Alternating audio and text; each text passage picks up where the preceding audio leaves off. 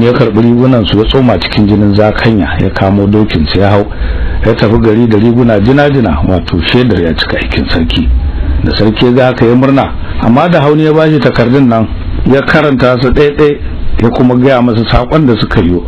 Sai sarki kamar zuma ya faɗo daga bisa kujera ya some, aka watsa masa ruwa ya farfado, ya ɗauki takardun nan ya kai wa sarkinsa, shi kuma ya karanta.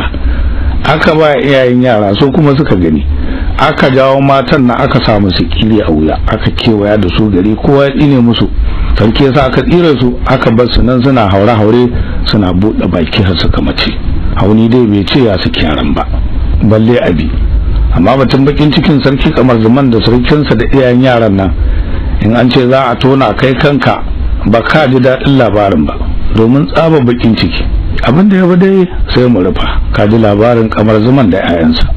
Amma su yaran nan da suka ga wani ya tafi, sai su kuma suka miƙa cikin daji, ba su san inda za su ba su da abinci sai 'ya'yan itatuwa.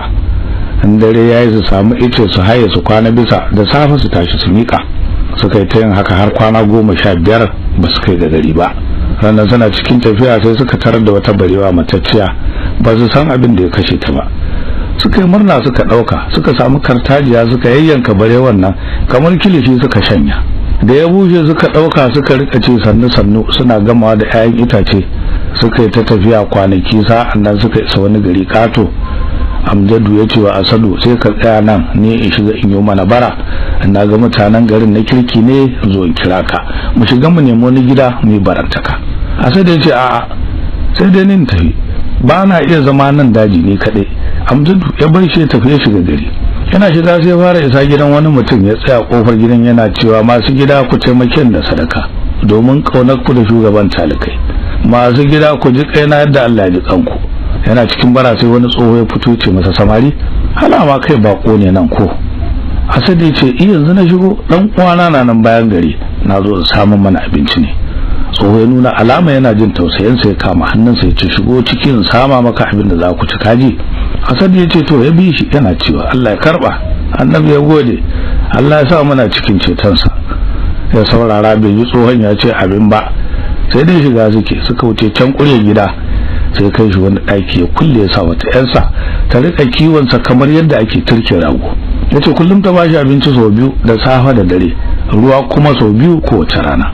Ashe mutumin nan wani majusi ne, har sarkin magiro ma ake kiransa, wato sarkin tsafi.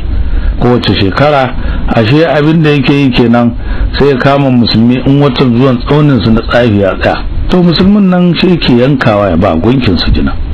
Sauran arna masu yanka raguna na yi, masu shanu na yi, har da masu kaji.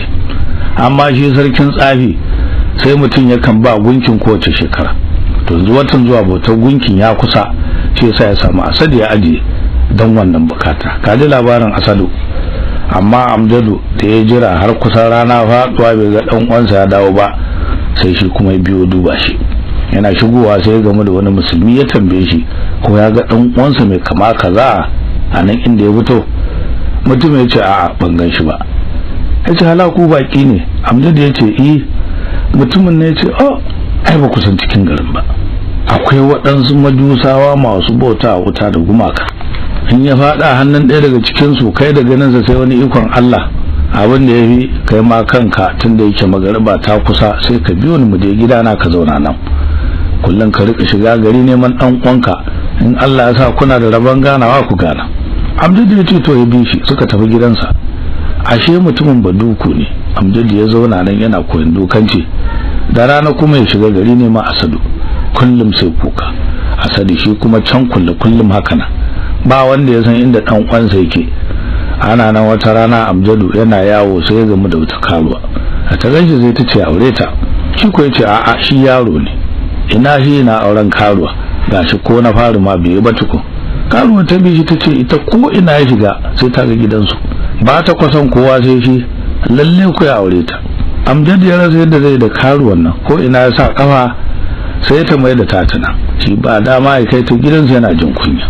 Saboda aka yi kwashe ta, suka yi ta yawo cikin gari, su bi wannan rariya su bulla wannan. Dama shi dabara san ta gaji da ragaita, ta kama gabanta ta rabu da shi ya je gida. An ta tambaye shi ina gida sai ya ce mun kusa dai. ka san abu gaba ko yana cikin tafiya sai wata yar hanya ashe ba ta kullewa iyakar ta kofar wani gida suka tare gidan kulle. Karuwa tace gidan kenan aikon mai kyau ne, yaran naka da sun tafi yawo ne naga gida a kulle. Amjadu ya rasa abin da zai ce, shi ba dama ya ce ba gidansa bane tunda hanya ta kawo su. Mutum ya taɓa mance hanyar gidansu, shi ko ba zai ce shi bako ne dan bai san hannun wanda zai fada ba. Saboda haka ya ce ni na aike su. Karuwa ta ce in ba su dawo ba sai mu balle murfin kofar ga gidanka dan wata rana dawo. Ni dai in ba kai na aura ba hankali na ba ya kwanta. Amjadu ya ce to mu dakata dai su taho. Karuwa ta tsaya jim ba wanda ya zo, sai ta ɗauki dutse ta balle kyauran ta ce ni ba zama na zo ba, daga dai ga gidanka kawai dan gaba. Sai ta kutsa kai ciki.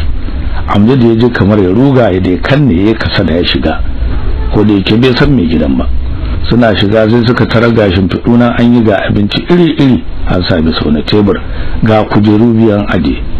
Sai karuwa ta haye guda ta buɗe kwana abinci ta fara ci tana cewa ashe yaran naka aiki suka sha su suka dafa. Amjadu ya ce ta sa zauna shi ma ya fara ci, duk gabansa na ɗarɗar bai san ko gidan wane ne bai fada. Da karuwa ta ganshi sukuku sai ta masa magana ta tambaye shi lafiya. Ta ce lafiya lau, waɗansu kuɗi ne nawa yara suka zubar. Suna nan sai suka ji wani tafe.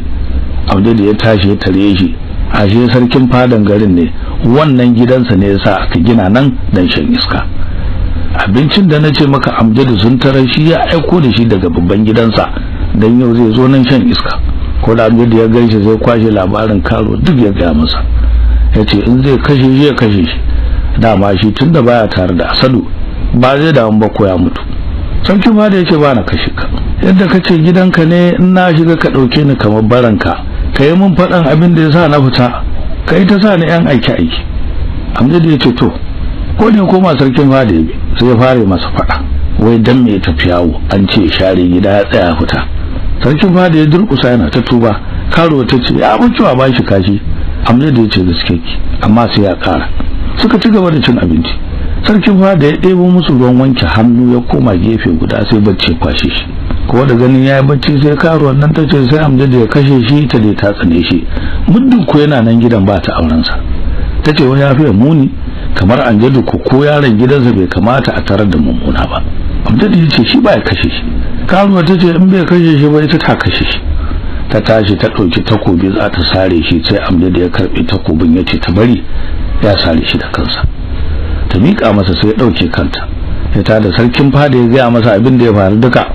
Sarkin fada ya mamaki ya ce sai su naɗe ta cikin tabarma, shi da yake mutumin gari ne ya ɗauka cikin daren nan ya kai ta cikin teku ne ba. Amjadu ya ce to ya tashi ya taimake shi suka naɗe karo cikin tabarma. Sa'an ne ya sallama sarkin fada, shi ko ya koma gidan da ya sauka na Baduku. Da dare sarkin fada ya ɗauki karo ya nufi teku. Ashe alƙalin garin na can ya je shan iska da daddare. Ko da ya ga sarkin fada sai ya ce sarkin fada ina za ka da wannan kaya cikin dare. Sarkin fada ya rasa abin da zai ce. Alƙali ya matsa kusa ya ce sai ya ga abin da ya ɗauko. Da ya ga mace ce matacciya sai ce sarkin fada ashe har ka fara kashe mutane haka kana kwace dukiyarsu. Dama na san arzikin nan naka ba banza ba. Da ya tashi bai zame ba sai gidan sarki duk ya kwashe labarin sarkin fada ya ga masa. Ko da sarki ya ji sai aika aka kira sarkin fada ya tambaye shi, bai yi kuma sun karya ba dan ba dama. Da gari ya waye sai sarki ya sa dogarawa suka bankare sarkin fada, aka tafi da shi kasuwa za a sare kansa. Mai yi kuwa kuma ya shiga gari titi yana faɗa mutane abinda sarkin fada ke aikatawa da kuma yadda aka same shi da hukuncin da sarki ya ce ai masa. Yana cewa ba a ɗauke wa kowa ba ya fito kasuwa ya gaishe dan ya zama gargaɗi ga na baya. Amjadu na gida yana ɗinkin takalmi ya ji shela sai ya sa abin da ya faru. Ya watsar da kayan ɗinkin ya rugo kasuwa ya tara har sarki ya fito an kewaye za a sare sarkin fada. Sai Amjadu ya kutsa ya tarar da sarki ya faɗi ya ce sarkin fada ba shi da laifi dan ba shi ya kashe ta ba ni ke da laifi, ni za a kashe. Sarki tambaye labarin sai ya kwashe duka ya faɗi har ya kawo inda ya gamu da matan nan da yadda ya kashe ta. Da sarki ya ji haka sai ya sa aka saki sarkin fada. Ya sa mutane suka watse ya ta mamakin Amjadu da kuma wannan alƙawari da ya cika. Ya ce masa yana jin labarin sarki kamar zuman tuni daga nan garin tafiyar wata biyu ne tur zuwa can ba magama ba cin zango. saboda jaruntakan nan da ya da kuma labarin su da ya bashi tausayi. Gashi kuma dan sarki sai masa wazircin garin. Dama da me ya baje kanka ba na da ya mutu. Sarkin fada ko aka kara masa girma dan yancin da suka zauna nan da shi da sarki da waziri. Sarki ya sa mutane kullum suna ta bin gari ko sa ga Asadu ba su gan shi ba dan yana can kulle kure gidan sarkin tsafi ɗakin awaki, ba mai zuwa wurinsa sai fashi da yar mai gadin yaran. Ka ji labarin Amjadu, amma Asadu kullum majusun nan ya kewayo sai masa bulala 50. Suna na haka har wata 3. Sa'an nan lokacin tafiya wajen tsafi yayi, ya sa Asadu cikin akwati ya kulle, ya dauke shi ya kai bakin teku, ya sa cikin jirgi. Suna shiri za su tashi sai ga manzannin waziri wato Amjadu sun zo duba ko sa ga Asadu. Dan ko da yake shi hankalinsa kwance ne, duk da haka kullum baya rabuwa da kuka da aika ko ina ko a ga dan uwannansa. Haka duba mutane kaf ba Asadu, suka dawo jirgi ya mika. Yana tafiya cikin teku sun yi kwana 3 sai iska ta tashi, igiyoyin teku suka murda, sai aka kwashe jirgi aka tafi da shi can wani babban tsibiri inda ba hanyar su ba. Suka tarwata sarauniya ce musulma wai ta magiya na tuke mulkin tsibirin.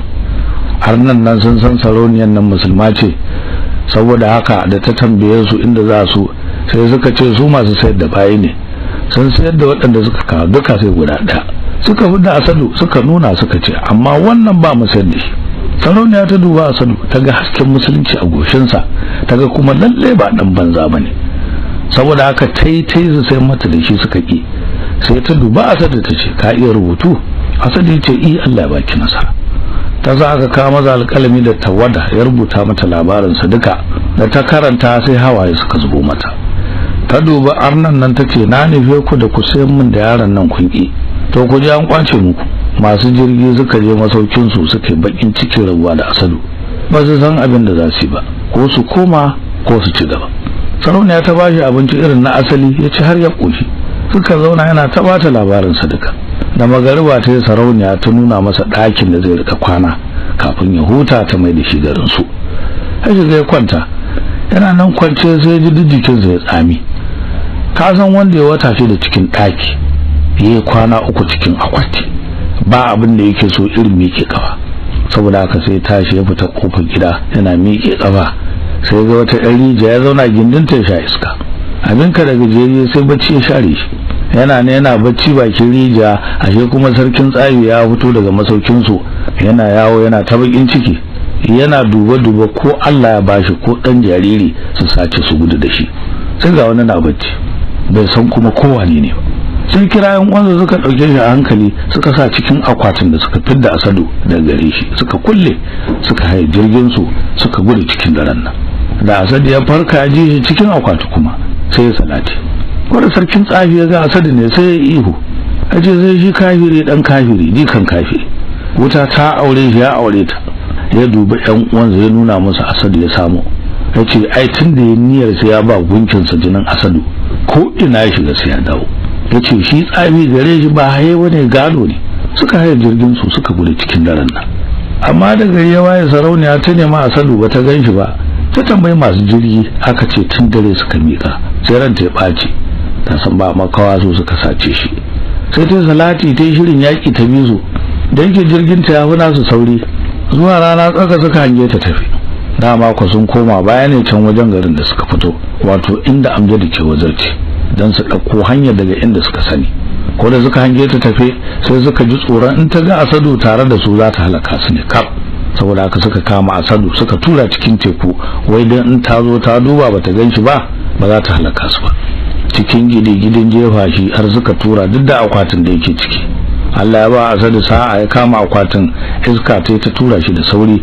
Can zuwa magariba bai san yadda aka fara ba, sai gashi garin da dan uwansa Amjadu ke wazarci. Kazan fa bai san abin da ya faru gare shi ba, balle ne mu gida. Ya ga magariba ta yana tsoron kada ya shiga garin da magariba ya fada hannun wani mugun, kuma ya rude bai san ma kowanne gari bane. Yana shawarwari sai ga ba abin da yayi zai sa akwatin sa cikin wani kabari daga kabarburan da ke kusa da shi, ya shige ne ya kwana. In gari ya waye sa cikin gari, abinda Allah ya kaddara kuma ikon sa yafi da haka nan. Ya shige ya kwanta. Ka ji labarin Asadu. amma Magiyanatu ta tarar da arnan nan zai ta tambaye su Asadu suka duka suka ce Allah ya baki nasara ai tunda kika kwace shi rabuwan mu da ganin su kenan ta ina zamu bi mu ganshi kuma kin shiga da shi gidanki ta sa aka bincike kansa duka ba ga kowa ba saboda haka ta koma gida ta sake shiri tace in aljinu suka dauke shi in mutane ne suka sace shi muddin yana numfashi inda yake duka cikin duniyar nan sai fa karfin ta ya kare garin neman sa ta shiga nema ko ina da kanta ta shiga duniya da mutananta ka ji labarin wannan sarauniya amma Asadu da gari ya waye sai ya fito daga cikin kabarin yana fitowa sai ga wani dogari ya dawo daga gadi a matsayin jirgi dan Wazira Amjadu ya sa kullum ai ta gadi kowanne jirgi zai wuce ai cajin sa ko a ga Asadu ko da dogari ya ga Asadu diyar baki kamar sa ta sake da yadda Waziri ya bayyana musu sai tsammani barawo ne ya buga masa tsawa ya tambaye shi inda ya fito tsoro ya kama shi ya kasa iya bada koda jawabi dogari bai tsaya wata ba sai buga masa ankwa ya aza masa akwatin nan da ya biyo shi cikin teku yana tsammani sato shi yayi macin sa zuwa gidan sarki yaran gari suka bi suna biri da sarki ya fito dogari ya nuna masa Asadu sai ya tafi da shi ofishin Waziri ya rubuta sunansa ya aika da shi wajen alkali a tumce shi aje inda ya samu akwatin nan da kuma abin da ya sa shi kwana cikin kabari da ransa ko da aka shiga da shi wajen Waziri suka yi arba da juna kowannen su sai ya faɗi sume mutane ba san abin da ya faru ba aka zuba musu ruwa suka farfado ko da dogari ya ga haka zai wuf ya kwance ankwa to yanzu baya kake tsammanin labarin farin ciki tsakanin Amjadu da Asadu na bar kama da abin da ranka ya kulla ya ka farin cikin nan ya ma isa ba sai na faɗa maka ba ta ishe kama saboda murna sarki ma da bai gama komai da su ba sai da yasa aka yafe wa duk yan sarkar garin aka sake su dogarin kuma da ya ganshi alherin da aka yi masa kai abin da sai ai shiru ana cikin wannan murna ana goce tambura sai aka ga kura ta taso ta toshe sararin samaniya sarki ya ce Wazira Amjadu ya je dubo in yaki ne a shirya ko da ya isa aka kai shi ga sarki sai tara ashe ma ba sarki bane wata sarauniya ce wa ita Magiyanatu wato waccan da ta kubutar da Asadu daga hannun sarkin tsari Waziri ya tambaye ta abin da ke tafa da su Magiyanatu tace ta zo neman wani saurayi ne mai kama kaza ana ce masa Asadu in yana na a bata shi ta koma in ku kunki yanzu na lahira na fin kujin daki Waziri ya tambaye ta abin da yasa take neman sa ta ga masa labarin da ya ga mata sa'ad da ta kubutar da shi tace shi yasa take so ta mai da shi garin su ta dubo Waziri tace kai ku kunyi kama ba dan kafi shi kiba ba sai ce shi ne Waziri ya murmushi ce aini ne wansa da ya ga miki shi ko yana nan gari yau ya iso sai wuce gaba dimbin mayakan Magiyanatu na biye har gari wajen sarki aka ga masa abin da ke tafa da ita Asadu ya zo suka rungume juna suna murna al'amari ya komo sabo ana ta shagale kuma can zuwa rana tsaka sai aka hangi kura ta danno gabas da yamma sai ganguna ke tashi sarki ya sa Wazira Amjadu ya je dubo Magiyanatu ta ce a duba me ku bari ko wannan sarki ne ya iso ko da wacce ya zo ya gama da gabansa sarki ce a aje dai a dubo Waziri ya koma da hammadanci da isa aka kai shi ga sarki ya bada ya gaisuwa da waki ga sanan bela haddin sai ka ce fari da ya tambayi sarkin na abin da ke tafa da shi sai sarki ya ce ni ne sarkin birnin Sin na taho neman yata ce wadda ake kira Badura tana aure da Kamar Zuman dan sarkin Sharzuma in tana nan ku bani ita ku huta in ko kunki yanzu garin nan da abin da ke cikin sa duka su koma turfaya yau na yi shekaru da yawa ina neman ta banganta ba Waziri ku da yaji haka sai ya fashe da kuka dan kasan faka kansa ne ya ga masa shi jikansa ne kwashe labari duka ya ga masa sarki ya ta al'ajabi sarki ce na yi tsammanin haka ko da na ganka sai naga kun yi kama da Kamar Zuma suka shiga gari da mutane suka ji labarin sarkin Sin ne farin ciki kuma da me zamu kamanta shi ai babu ana nan gari ya cika da dawaki na sarkin birnin Sin ma har a tafuka ake daure su sai aka hangi wata kura daga arewa sarki ce Waziri kuma Allah ya sare wa ranar sa'a ce Waziri ya tafi aka kai shi ga sarki ko da suka yi harba sai su duka suka kasa magana ashe ubansa ne Kamar Zuman da tsohon sarkin Ebo ne wato uban Hayatun Nufisu uwar Asadu to da hauni ya ga musu bai kashe su ba shine suka fito neman su Waziri ya tashi sarki Kamar Zuman ya nuna masa raƙumin da iyayensu mata wato Badura da Hayatun Nufisu suke bisa ba a cewa murna wannan wuri ya wuce gaba suka isa gari Asadu ya ga Kamar Zaman ya ga Hatin Nufisu uwarsa da Badura. Sarkin birnin sun shi kuma ya ga yarsa Badura. Wayyo Allah, murna a wannan wuri faɗi kawayanci, ana nan gari ko ina kada da wake da tambura, abin ba mai jin na wani. Sai aka hangi kura ta toshe sama duk har ta rufe rana. Aka aiki Waziri Amjadu ya dubo kuma menene, sai aka tara sarki Shahrazman ne wato kakansu uban Kamar Zaman. Ya samu labari bai mutu ba, sun bar rigunan su cikin jini dan a daina neman su ne, shi yasa biyo neman sa cikin duniya. Da ya ga Amjadu sai ya ce, kai kwa samari ko ina ka fito na ki jini na ne. Waziri Amjadu ya bayyana masa ko shi wane ne, kan tsoho ya so mai dan murna. Suka yi zagari Kamar Zaman ya ga ubansa Shahrazman, Badura da Hatin Nufisu suka ga surkinsu, Amjadu da Asadu suka ga kakanninsu. Wayyo Allah, oho, wani al'amari ya fi gaban a bayyana. Sai dai a yi kurum, garin da sarakunan duniya 5 suka taru, duk ku taron farin ciki, to wurin mutum ya ce zai bayyana wani abu, ai ka san kewin rija wanda bai san abin da ake kira duniya ba, sai ce zai karyata mutum a wofi. Ba abin da ya bi sai dai a bar kaza cikin zashinta. Da aka yi kwana 7 ba bacci garin, ko kana son yi ma ba dama don tambara da kada da bushe-bushe. Kowa ya ga taron nan sai ce iyakar duniya kenan, ba wani mahalukin da ya rage a wani wuri da sun taru nan. Da ranar nan ta dawo wato kwana 7 kenan yadda na faɗi yanzu, sai suka taru. Shahrazman ya ba su labarin wahalar da ya sha wajen neman Kamar Zaman. Sarkin birnin sun ya ba da labarin shi kuma abin da ya sha wurin neman Badura. Kamar Zaman kuma da shi da sarkinsa sarkin Ebone uban Hatin Nufisu suka ba da labarin wahalar da su kuma suka sha gun neman Amjadu da Asadu. Sarauniya Migiyanatu ta ba da yar wadda ta sha kan Asadu, Amjadu kuma ya ba da wadda suka sha da Asadu da kuma abin da suka yi da karuwa har ya sarauta. Kowa ya zo gudun dan tausayin wahalar da suka sha. Asadu kuma da ya fara faɗin abin da ya sha na wajen uquba tun daga ran da ya rabu da Amjadu har ran da ya sake gamuwa da shi makon jiya, sai kowa cikin sarakunan ne ya fashe da kuka dan tausayi. Sarkin garin ne ya sa dogarawa suka kamo sarkin tsafi za a tsire shi, yi kalmar shahada ya ce a musulunta. Nan take ya kone kayan tsafi aka kyale shi ya kama tafarkin fiyayyen talikai. Da aka yi kwana 7 ana ba da labarin aka kare aka kara huta waɗansu kwana 7 wato 21 kenan. Sai da sarakunan nan 5 suka nufi garin da sarauniyar nan Migiyanatu take mulki.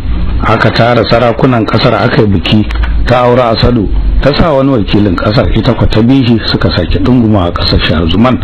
Aka nada Kamar Zaman sarki maimakon ubansa da ya tsufa. Suka zauna nan da Badura da Hatin Nufisu. Aka kuma tafi birnin sun aka nada Amjadu sarki, dan kasan shine dan Badura wato jika yake ga sarkin birnin sun. Aka koma Ebone aka nada Asadu sarki, dan kaga shi kuma ɗanewa ga Hatin Nufisu wato ya sarkin garin. Ya zauna nan da shi da matarsa Sarauniya Migiyanatu. An sun yi wata 3 nan su je can su wata 3.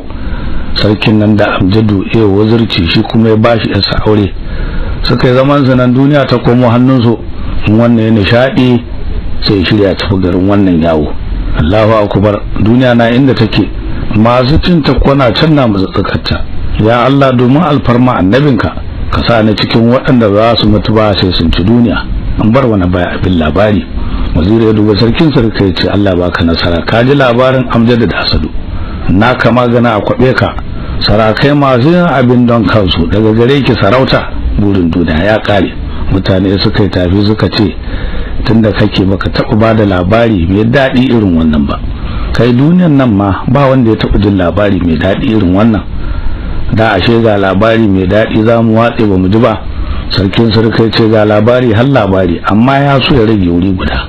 Ka tara mun sarakuna 5 gari ɗaya, ka ce an yi kaɗe-kaɗe da wake-wake, ga kuma Kamar Zaman ya gaji gidansu, Amjadu ya zarauta, Asadu shi kuma ya yi, amma duk ban ji waka ko sarki ɗaya ba daga cikinsu. To ina zan san fasahar waɗansu ƙasashe? Kana koyi da mu a kaikace kana ce mana kifayen rijiya. Na ku gaya maka ba abin da ke bani raha illa ka kare labari da waka dan daɗin muryarka. Sai wazira akwai kaɗa fuffuke ce, yanzu ka shata. Zan gaya maka wakar Amjadu da Asadu su kaɗai, an na ce zan ƙara waɗansu zai abin ya ki daɗi. Dama abin da sarkin sarka ke so kenan, dan ya san muryar wazira aku ko kare baya ci ba da rashin daɗi, yakan so ya takale shi dan ya dariya. Wazira akwai gyara murya ya ce, ta Amjadu sarkin birnin sun zan fara, daga nan kuma in ci gaba da ta Asadu kaninsa. Tari ya zubar da yawo ya karkace kai ya fara. Bismillah na fara zani ya bangwarzo, wa zai fushi da yin Allah annabi kai ya so. Birnin sun ku zo wurin cafa mai abu ya dawo, na hayatun nufis wan Asadu alheri ya danno. Mai hasada ya je mace hannun ma'aromo, da take madau shirin yaki ba mu barin sanko. Turai Faransa har Jamus kowa sai ya zo. Mutanen Masar ku barkawa nan ma marabo. Sudan ku tsoraci mai nasara an kun iya taso. Amjad dangane ka dau himma komai kai sabo. Babba dogaro wajen Allah komai bunƙaso.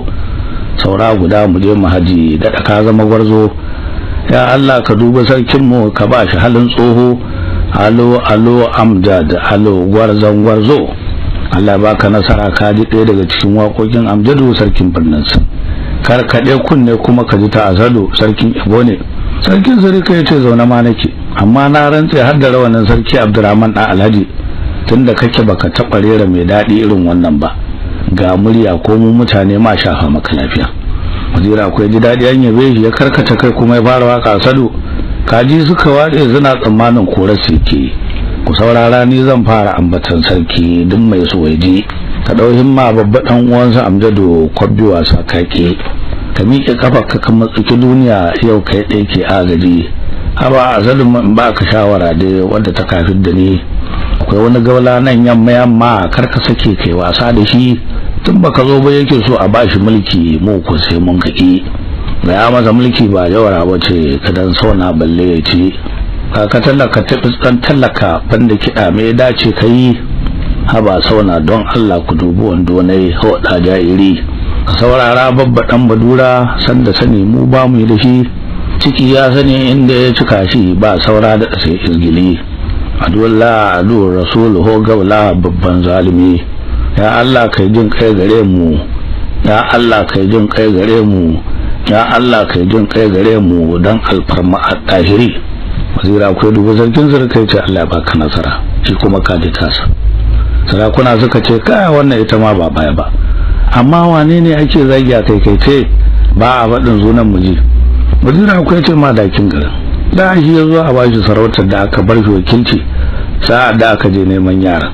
Sarkin sarkai ce wannan labari ya hukume daɗi, amma yana bani mamaki yadda sarakunan nan biyar suka taru gari guda a rana ɗaya ba kwada zunkulla za su yi haka ba. Wazira akwai ce ma dakin garin da aishe so a bashi ce ba da labarinsa, sai kai binciken abin da zaka kawo ka soki wani abu a ciki. Labari ne na baka ba tarihi ba, balle a ce ana neman gaskiya ciki. Kuma menene nawa na ga muku tun da fara cikin alfa lele yake haziki ya fara. Sarki Abdurrahman ya ce Allah ya huci zuciyarka a kukuturu. Akwai ya ce Allah ya baka nasara, ni fa ba na sa a kukuturin nan. Ya mutun lafiyarsa kalau a rika kira masa cuta. Dubi ya tsuna abinda na tabbata yanzu ko cikin mutane samun mai kyawu kaman mu sai an tona. Mu kananan kyawu gare mu sai an dade ana kallon mu za a gaba wajen kushewa. Mun dai godewa Allah ko hazik da ya halice mu kyawawa. Tubarkalla bismillah. Mutane suka fashe da dariya aka watsi. Kashe gari yau kuma da aka tare sai waziri ya duba hali ya ce bismillah. Hali ya ce tun da na ga muku ni labaru na sun kare, to menene kuma za a dame ni. Waziri akwai ce ai Allah baka hakuri, to saurara ka karu sai ci gaba. Kyale make ta jiya ta halinsa. A arewa akwai waɗansu mutane biyu suna zaune a ƙauye guda, ɗaya ana kiransa Sidi ɗaya kuma Tanko. Ko da yake suna makwabtaka da juna ba ta inda halinsa ya gamu, domin Sidi dai Allah ya shi mai hakuri ne kamar ƙasa. Sa'an nan ga kyauta da tausayi abin ba a magana. Amma Tanko duk inda ja'iri ya kai ya wuce nan. Ga da yake ta sai ka ce dogari, rowa kuwa ko zumbul ya san da shi. Suna nan zaune dai da daɗi ba daɗi zai wanda ke kusa da su kada ya sani. Iyakar kusawa ba irin wanda Tanko baya yi wa ɗan talikin nan, amma duk da haka Sidi baya kula. Sai yin abin ya dame shi nisa ya ce mahaƙurci mawadaci. Sidi yana da wani garma aka wali wanda duk garin ba kamarsa. Tanko ko banda wani gurgun jaki na matarsa ba shi da kofuffuke. Ba abin da ya tsone Tanko ido irin ya ga Sidi ya hawo dokin ne yana tafiya na cinsa. Sai ya tariya yadda zai ya sace dokin ne ya haye ƙasa ya kai cikin Faransa ya sayar. Ana na ran nan da Tanko ya ga Sidi ya hawo dokinsa, za shi wani ɗan ƙauye ya ga da wata gwaggwansa da bata da lafiya. sai shirya bi shi a baya. Ya shawara ya kashe shi ya dauke dokin ya gudu, ya ga wata kila a gane. Amma in dai na gwada karfin tuwo ne ba abin da zai diba a gun Sidi. Saboda kai sake dabara ya samu tsummo kara ya sa ya shafe fuskarsa da shuni, ya daure kafarsa da tsimma kamar tana ciwo. Ya tsunto wata tsohuwar malafa da doguwar sanda ya aje, ya kwashe kayayyakinsa masu kyau ya kai can gaba ne sai boye. Shi ko ya dawo baya yana da dogara sanda kamar ba ya taka sosai.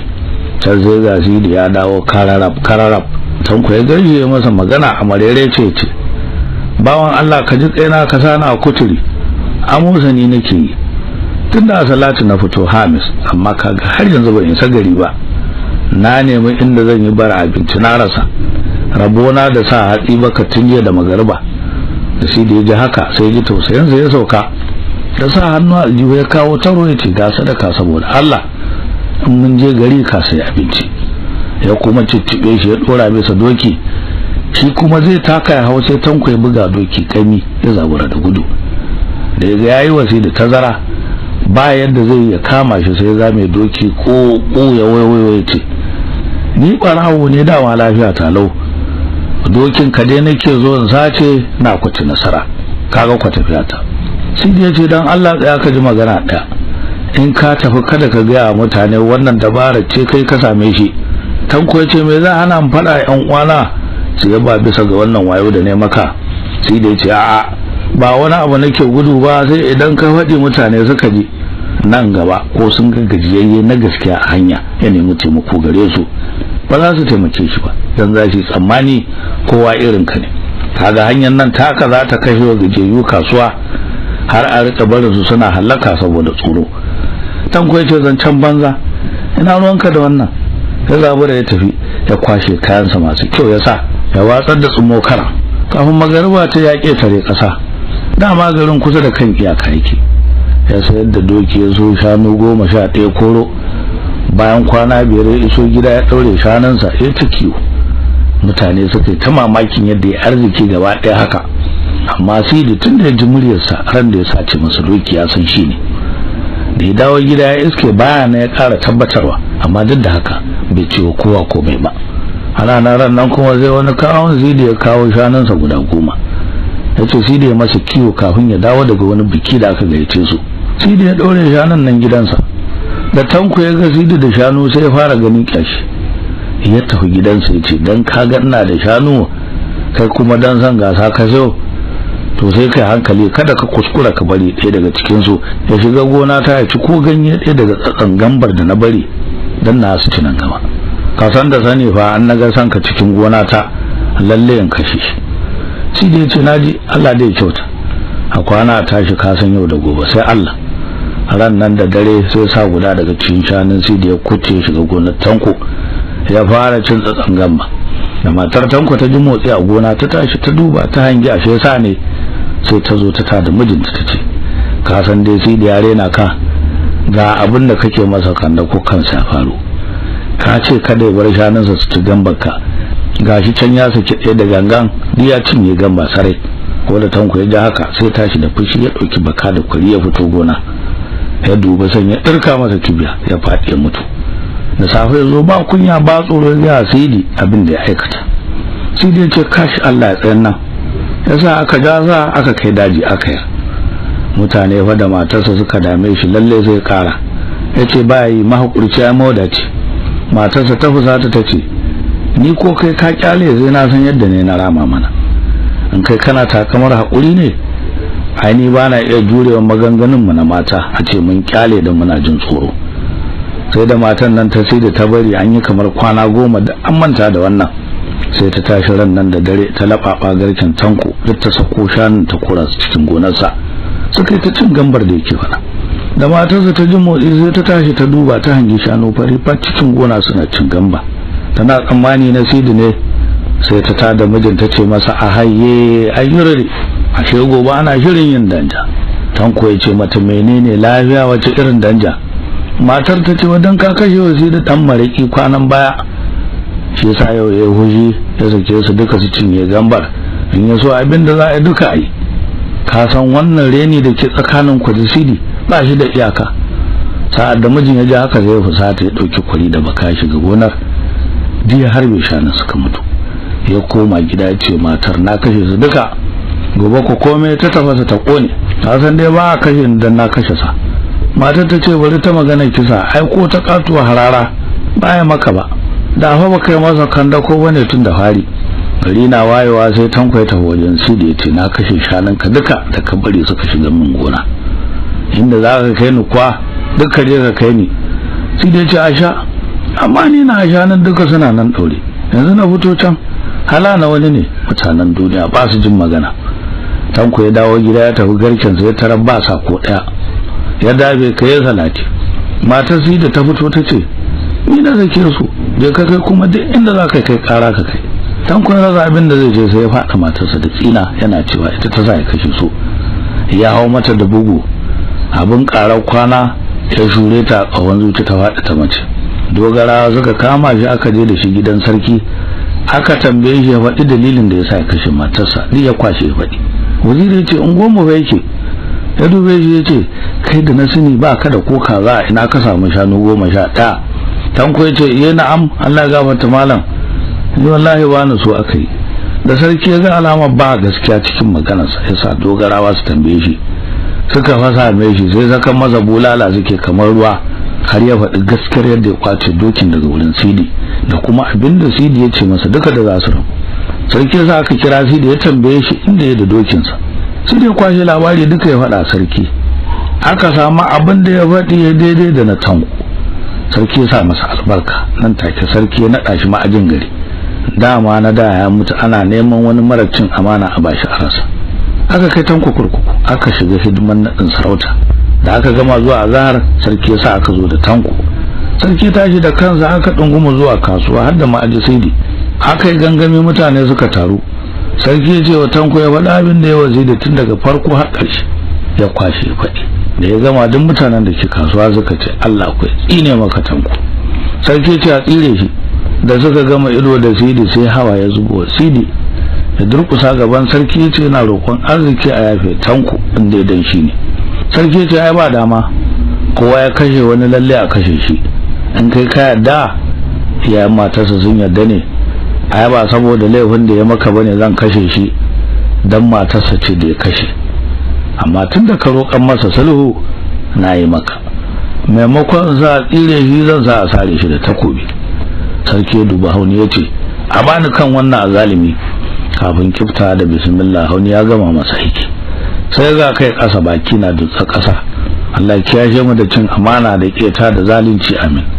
Yara fa suka samu wani ɗa da Tanko ya bari da shakkenci, in yi wata magana sai su ce masa kai har kai kana da wani abin cewa. Manyan azzalumai biyu ne Allah ya halitta a duniya, daga ubanka sai kura. Mun ga iyakar ubanka, ba abinda muke jira ku yanzu sai mu ga iyakar kura. Eho mutane suka yi ta al'ajabin wannan hakuri na Sidi. Za a watse sai ga dogara sarka sun zo da dogon yaro, da aka gaisa da su aka ba su abinci suka ci. Sarkin sarka ya juya ga dogon yaro ya tambaye shi, ya faɗi gaskiyar abin da ya kashi sarka da sunansa na sosai da garin da ya fito. Dogon yaro ya dubi sarki ya ce tuni na gaya maka suna na dogon yaro, na kuma gaya maka garinmu a nan gabas, ko da na fito daga garinmu ko ban saci kayan kowa ba. To in ka gaji da zama da ni ne ba ka aika min yi gaba sai ka aika a ɗauro ni, daga na zo ziyara samu albarkacinka ban samu albarkacin ba sai a ɗaure ni. Waziri akwai dube shi ce kai ba surutu muke su ba, ka gaya mana gaskiya. Da ka fito sarai sarkin zurka ya maka alƙawarin jaka 5, wannan umarni na zaka yi niyya zaka cika. Mutane duk sai suka duba aku, ba su san abin da yake nufi ba. Sai suka ga dogon yaro na gyara zama yana iye na'am, Allah ya baka nasara, wallahi ƙarya yake mu. Waziri akwai ce adda asirin ka to ne yake, da ma ka faɗi gaskiya in kana kwaɗin ranka. Dogon yaro ya ce wallahi tallahi ƙarya ne. Waziri akwai duba Hauni ya ce fita da shi waje ka kawo mana kansa tunda ya ki faɗin gaskiya. Hauni ya zabura ya sama da shi. Dogon yaro da ya gana bagar sun tafe shi sai ce ku tsaya wallahi zan faɗi gaskiya, tunda aka ce ina faɗi na kukuta. Sarkin sare ya ce yanzu in yi ƙoƙarin kashe sarkin surka zai bani jaka 5. Waziri akwai ce mu je mana, ba kai kaɗai ba ne, banda shamakin surka da wa kuma aka gama kai.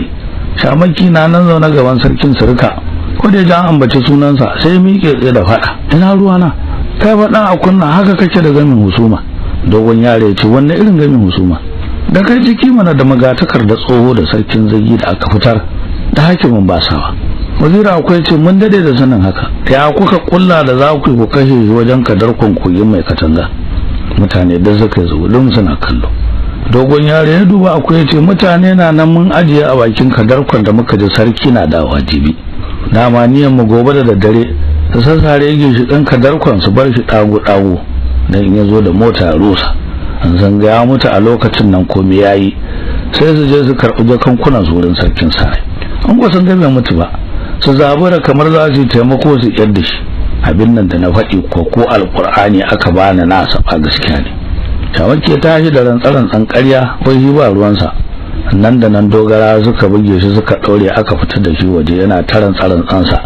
Aka aika da dogarawa maza a zo da magatakar da tsoho da sarkin zagi da aka fitar da hakimin basawa. Za su wuce wazira akwai ce wa dogarai, in kuma kun kawo kusa da kadarko mai katanga ku kashe wuta, ku laɓaɓa cikin sarƙaƙiyar nan ta yamma da hanya, duk wanda kuka gani ciki ku ɗauro. Mota ta wuce, mutane suka yi kurum suna duban wazira ku.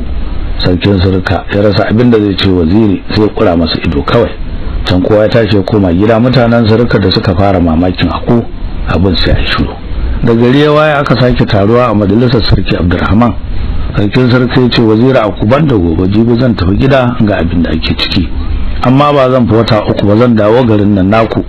Wazira aku ya ce Allah ya nufa, amma bari in baka ƴan labarurruka da za su kayatar da kai kafin waɗannan mutane su dawo. Naga da hankalinka ya tashi.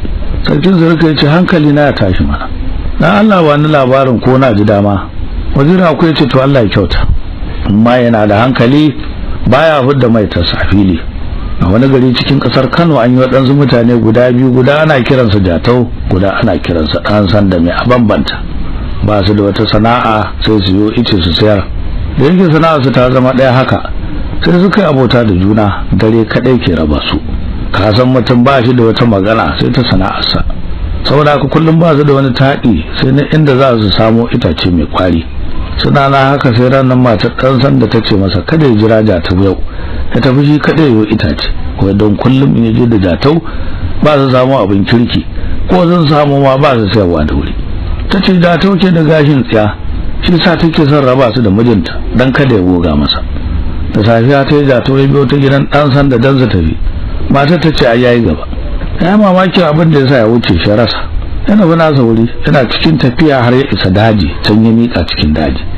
Sai ya ga akwata a wani kogon itace, ya jawo shi ya buɗe sai ga kuɗi cunkus. Barayi sun sato sun ɓoye. Ya tsaya ya godiya ga Allah, ya ɗauka ya rufe da yan kirare ya komo gida.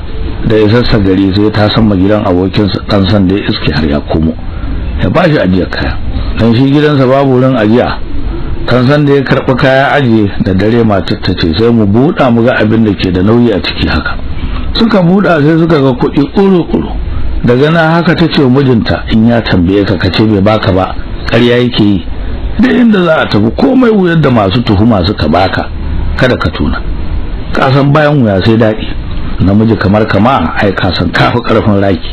Yace Allah ya sauka, kamata ya raki, kin san ko in mun samu wannan mun warke. Ta ce kai dai kurumin ka kawai. Suka ɓoye kaya. Bayan kamar kwana 3 sai Jatau ya zo ya ce ɗan sandan na son kayan nan. Ɗan sanda ya ce waɗannan kaya naka ka bani. Jatau ya ce kada ba ka rubuwa da wasanni, dan Allah ka kamu sauri wa nake. Ɗan sanda ya ce wallahi ne ba ka da kaya wuri na. Jatau ya ce har da wallahin ka. Ɗan sanda ya ce Allah ne ba wargi nake ba. Ya haka wasa ba har gaba alƙali. Ba sun mai da jawabi, alƙali ya binciken maganar iyakar iyawa ta sa. Ya ga babu wurin dafawa sai ya sallame su har kafin gobe. Da gari ya waye suka koma gidan alƙali. Alƙali ya juyin duniyan nan ɗan san da yake faɗin gaskiya. Zai rantsar da shi Jatau ya ce a ƙyale shi Allah ya isa. Alƙali ya ce to ku tafi. Da komawa Jatau gida zai ta ƙoƙari har ya ɗaɗɗaura wani mutumi na kara, ya masa ɗan kai da 'yan hannuwa. Da ya gama sai kashi cikin bukkar ya aje. Dama akwai wata tsohuwar riga ta ɗan sanda a gidansa, dan kun san abin su ɗaya ne. Sai ya ɗauke ta ya sa mutumin ya tafi ƙauye, ya nemo 'ya'yan karnuka guda 2 ya kawo su bukkan nan ya rufe. kullun zai ba su abinci sai ya zuba musu bisa hannun rigar mutumin nan har suka saba da shakar warinta, ba su da wajen wasa ma sai bisanta. A kwana tashi ran nan sai yayan dan san da su biyu suka zo gaida Jatau abokin ubansu. Yaran nan kuwa duk ba su wuce shekaru 5 ba. Da Jatau ya gansu sai ya kama su ya kai su wani dan kauye ya tsare su a rika ba su sukar an za su kuka. Ya dawo ya dauki kuyakuyan nan guda biyu ya ruga zuwa gidan dan san da yana kuka. Dan san da ya tambaye shi ya ce lafiya. Jatau ya ce na fa lafiya. Yara daga zuwa gaishe ne sai suka zama karnuka. Dan san da matarsa suka bugi kirji suka ce allan baran ƙarya yake. Ya za haka a ce mutum ya zama kare. Da tashin dan san da bai zame ba sai gidan alƙali ya ga masa duk abin da ya auku. Da fara alƙali ya ta saba musu. Nan da na aika aka kira Jatau aka tambaye shi mai da jawabi.